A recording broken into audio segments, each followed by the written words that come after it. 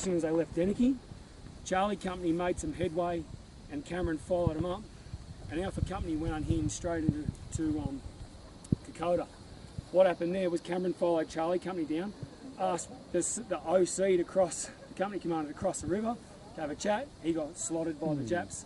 The whole company hated him because he's just a coward who got their boss killed.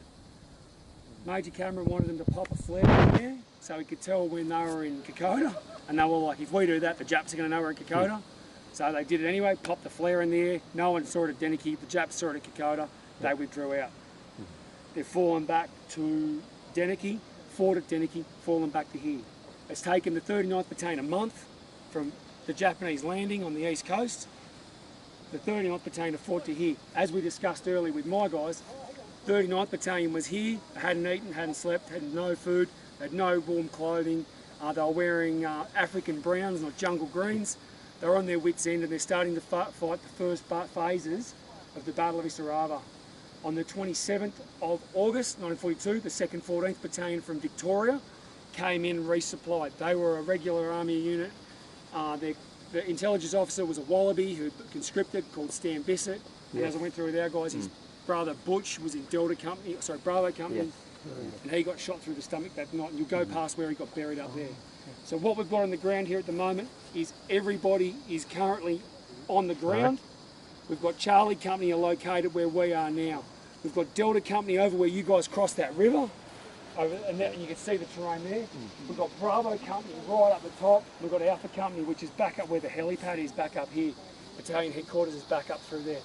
What's happened is they've sighted here in June, so before the war even started, to go, right, this is a potential defensive position to deny.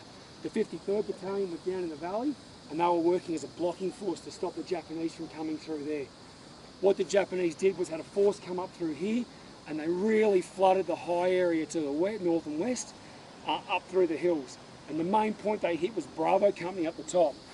We had a battalion plus here. The Japanese had 5 battalions, plus an engineer battalion and a light dismounted cavalry unit that was coming through, plus that artillery units that were thumping in here. So it was en masse, and they reckon it was suicidal the way the Japanese were attacking. So the Japanese have pinned up here, they've cleaned out. Bissett gets shot through the stomach, and they start to break in through the positions up here. In between, we had elements of the 39th Battalion. There's a story of Echo Company from the 39th were down through here, and that was the story I was telling these guys earlier. The CO was having a shave over the back, and he got a message from a runner who said, and he reads it and goes to the OC who's having a shave as well, mate, if you don't mind, the Japs have just penetrated your position, you might want to get back down there when you finished your shave. The old mate dropped his stuff and ran back down. So, we've penetrated through. We start to get a mass wave of effect of Japanese pushing up through this area here. We had a bit of a hole through this location, and if you come with me, we'll walk down here. Excuse me, I lost my voice.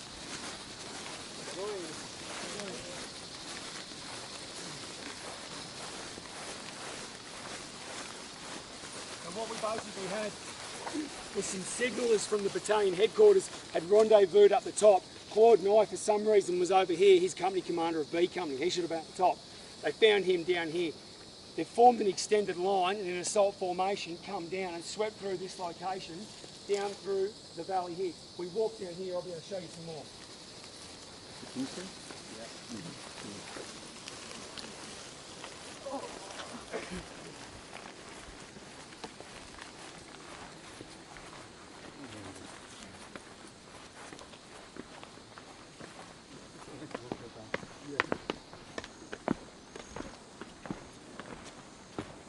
Just come around the other side of this.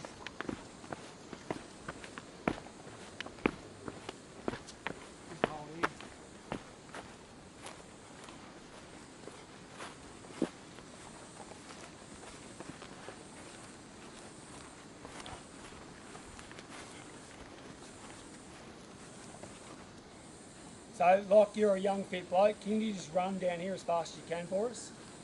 Where? Just from up the top, run down here as fast as you can. Can I go from here? No, don't worry about it. Here's the picture. So what's happened, their extended file, out through this lane, an assault formation, fought down through this area where a gap had been formed and the Japanese had punched through. They've swung down extended line, Kingsbury on the inside, Bren gun from the hip, swiping his gun as he went, cleared the enemy and blocked him out. The forces swept around and cleared the area straight through here. Kingsbury walked around, came back, leaned against this rock right here to reload his Bren gun, and bang, dead, the first ever Victorian crossbow on Australian soil. Out of all VCs, I said to my guys around the world, that's the only one where we can show you exactly where he died. Bruce Steele Kingsbury, 24, Victorian real estate agent before he joined the army, had served in Palestine and through the African campaign, first Victoria crossbow on Australian soil. From there, we withdrew, 2nd 16th came in, helped us get out, fighting withdrawal, back through Alola, pushed back up to the Brigade Hill campaign. 26th to the 30th of August 1942 over a 4-day period. And 75 Australians were killed here. Did they have numbers on the Japs? As I said, it's the only VC in the Commonwealth's history where I believe where we can take it to the exact spot.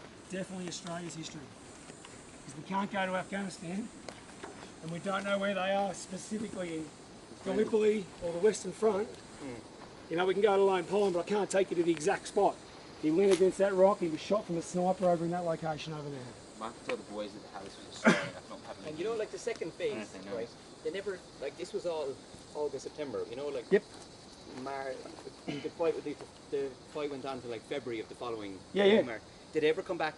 No. No. So phase 1, we went across. Yeah. Phase 2, we conducted a fighting withdrawal. Yeah. Phase 3, they left. So we bombed with artillery from Owers Corner into Isurava Ridge for the first time. The brigade commander who dug in the Alamo on Isurava Ridge got told, that's it mate, you're going to die on that hill. You're not going any further forward south. You will die or move forwards. Charlie Company, I forget the battalion, I think it might have been the 3rd Battalion, conducted an ambush up on Isurava Ridge where they baited them. Yeah. So they sent an officer and 3 dudes through the ambush and came back to set the conditions for the ambush, sprung an ambush on the Japanese, that defeated them basically. At the same time, Milne Bay fell down to the south. That was the first time the Japanese had been defeated. They said advance to the rear, the Japanese left. They put their first stand about Myola. Their second stand was ambushing and delaying through the Eura Creek, Templeton's crossing area. Eura Creek they delayed from the gun position up the top of the hill for a week, and the Australians were told to keep assaulting uphill. Finally they flanked to the north, cut off their withdrawal routes, and the Japanese withdrew. And from there, that point there, they went straight back to the beaches because they'd obtained enough delay at Eura Creek to allow them to dig in. The duration of the fight over the Battle of the Beach was about the same, but the deaths were far more significant, as were the casualties. And it's believed to be the Koitiki effect, which was General Blamey's speech to the men. So yeah. You guys know a lot about this for Irishmen. Yeah, we've been reading up on it a lot. We got a book, and it's good, but good. It's not the same, but it's good. No, yeah. But the Koitiki thing is something that we all absolutely. So note of. that's why I thought if you had a local, if you had an Australian guide, I would never have offered you to come down, but send out a local guide. I appreciate that. Not at all. Appreciate Not at all. Very So, kind of you, thank you. yeah, no, come down, have a look around. As I said, take your photos, do your thing, spend your time here, enjoy it. Fair play to you, appreciate it. So not at all. So Bruce Kingsbury, 24. And the reason I say first VC won on Australian soil. At the time. Yeah, Australia was Papua New Guinea gained autonomy in 1974. So it was like a territory. Yeah, correct. Absolutely. Like Hong Kong, England. Let me get out of the way. No.